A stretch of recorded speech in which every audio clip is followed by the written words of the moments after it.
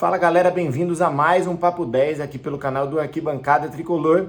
Em uma semana que o São Paulo entrou em campo, conseguiu jogar ali contra o Vasco na última quarta-feira e sair com uma vitória, né? Recuperando um pouco a moral, tirando aquele clima de pressão que estava se desenhando contra o time, contra o Zubeldia, depois dos últimos desempenhos não tão bons e também das eliminações ali na Copa do Brasil e também na Libertadores. Antes do jogo, a gente viu algumas prévias ali da escalação do São Paulo, algumas possibilidades de escalação, e eu tava, confesso que um pouco desanimado, porque tudo indicava que o Zubeldia, até pelos desfalques que tinha, né, de jogadores na seleção, lesionados, suspensos, iria entrar em campo mais ou menos com o mesmo time que tinha perdido para o Cuiabá. Rafinha, Wellington Rato, Luiz Gustavo no meio de campo com o Lisieiro, possivelmente, um outro volante não tão dinâmico, e isso num primeiro momento acabou me desanimando um pouco. Eu estava defendendo já a tese de que o São Paulo precisava de um chacoalhão, de uma oxigenação no time, com jogadores mais leves, mais dinâmicos,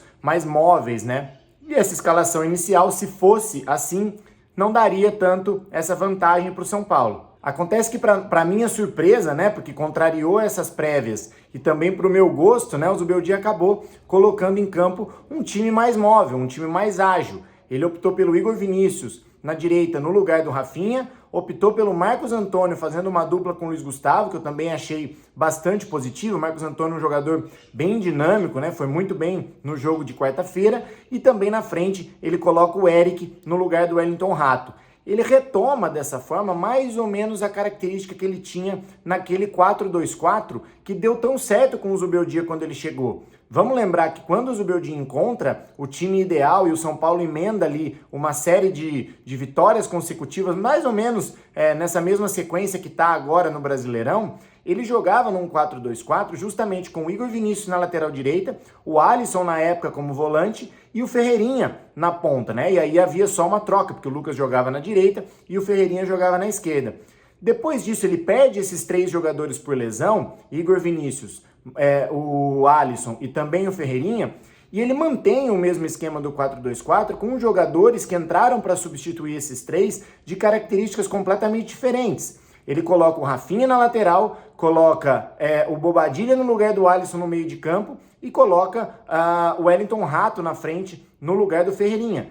Então o esquema foi mantido, porém com jogadores com características totalmente diferentes. E aí, naturalmente, esse esquema acabou não dando tão certo. O São Paulo, que era um time muito intenso e muito ágil com essa formação inicial do 4-2-4, acabou se transformando, juntamente com o desgaste físico do decorrer da temporada, em um time mais previsível, mais lento, né?